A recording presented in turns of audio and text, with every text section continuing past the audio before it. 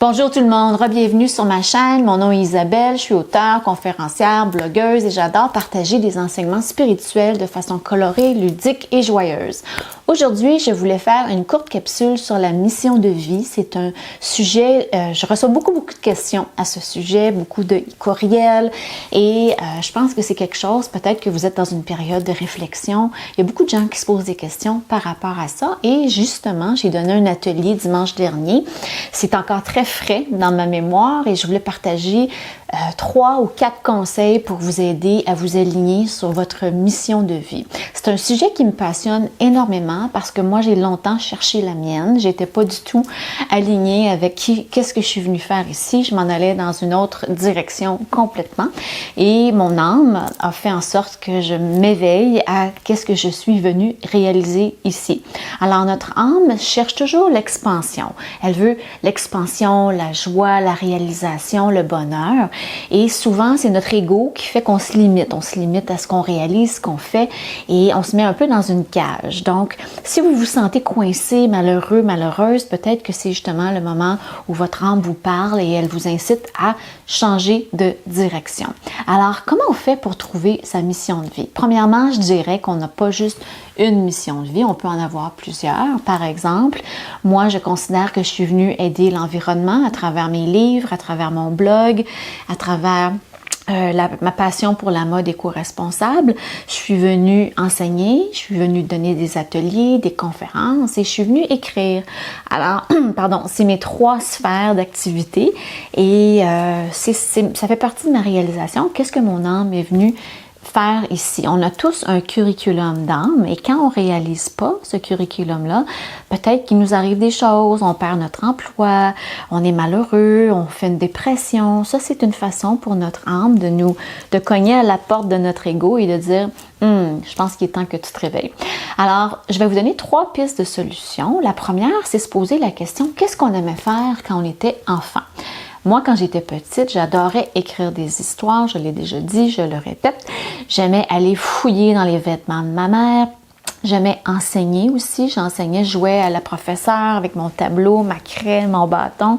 Je peux passer des heures dans le sous-sol à jouer à la professeure. Et aujourd'hui, j'adore donner des conférences.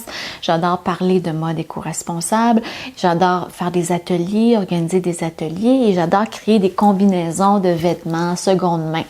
Alors, je pense que le lien est pas mal clair entre mes passions de l'enfance et ce que je suis venue réaliser ici. Peut-être demander à vos proches, votre famille, vos parents, vos frères et sœurs pour voir qu'est-ce que vous passionnait quand vous étiez vraiment petit. Et je pense que ça en dit vraiment très long sur ce qu'on est venu réaliser. Le deuxième truc, c'est un truc que j'ai découvert en faisant un atelier avec l'auteure australienne Rebecca Campbell. C'est de regarder la signification de votre nom. Alors, à ma grande surprise, quand elle nous a suggéré de faire ça, j'ai découvert qu'Isabelle vient du nom Elizabeth et Elishaiva en hébreu, qui veut dire connecté au grand esprit. Alors ça m'a vraiment surpris. Et puis, la numérologie de votre nom aussi peut apporter des pistes. La numérologie du nom Isabelle, c'est le 11, qui est un chiffre très spirituel. Aussi, la flèche, ça veut dire ce que ça veut dire. Donc, au sens propre, je considère que je suis venue guider les gens à réaliser leur propre mission de vie, à les mettre sur leur chemin de vie qui leur convient. Donc, allez voir qu'est-ce que ça signifie votre nom, votre prénom et votre nom. Peut-être que vous allez faire des belles découvertes. Ma 3e piste de solution, c'est de faire des combinaisons. J'appelle ça des combinaisons gagnantes. Alors, c'est pas toujours nécessaire ou facile de tout arrêter, de tout lâcher. Et souvent, on a de l'expérience de vie. Donc, on a œuvré pendant 10 ans, 20 ans dans un domaine. Mais on peut combiner ça. On peut parfois combiner notre expérience de travail avec nos passions. C'est ce que j'ai fait en écrivant ma série J'adore. J'ai écrit des romans. C'est inspiré d'une avocate qui s'en va travailler dans le milieu des affaires, le milieu des avocats et ensuite vers la mode. Donc, peut-être que vous êtes avocat, comptable, vous êtes travaillé dans le milieu des affaires et vous êtes passionné de sport, vous pouvez devenir agent sportif, agent d'artiste. Il y a plein de combinaisons qu'on peut faire dans la vie. Donc, c'est pas encore une fois nécessaire de tout arrêter, tout lâcher. Et si c'est le cas, que vous voulez tout arrêter, ben sachez que vous pouvez le faire graduellement tout en conservant un pied dans votre ancienne carrière. Et le point boni que je vais vous donner, le conseil boni aujourd'hui, c'est que vous adorez faire et qui vous permet d'oublier de manger, de dormir. Où est-ce que vous allez sur les sites web quand personne ne regarde autour de vous? Ça en dit vraiment très long sur ce que vous êtes. Parce qu'en fait, votre mission de vie, ça devrait être quelque chose de joyeux, de facile et d'agréable.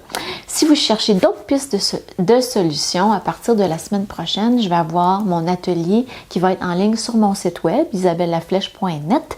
Vous allez pouvoir accéder à ce cours-là et j'ai donné un atelier d'1h30 sur ce sujet si vous trouvez ça palpitant et vous avez encore des questions.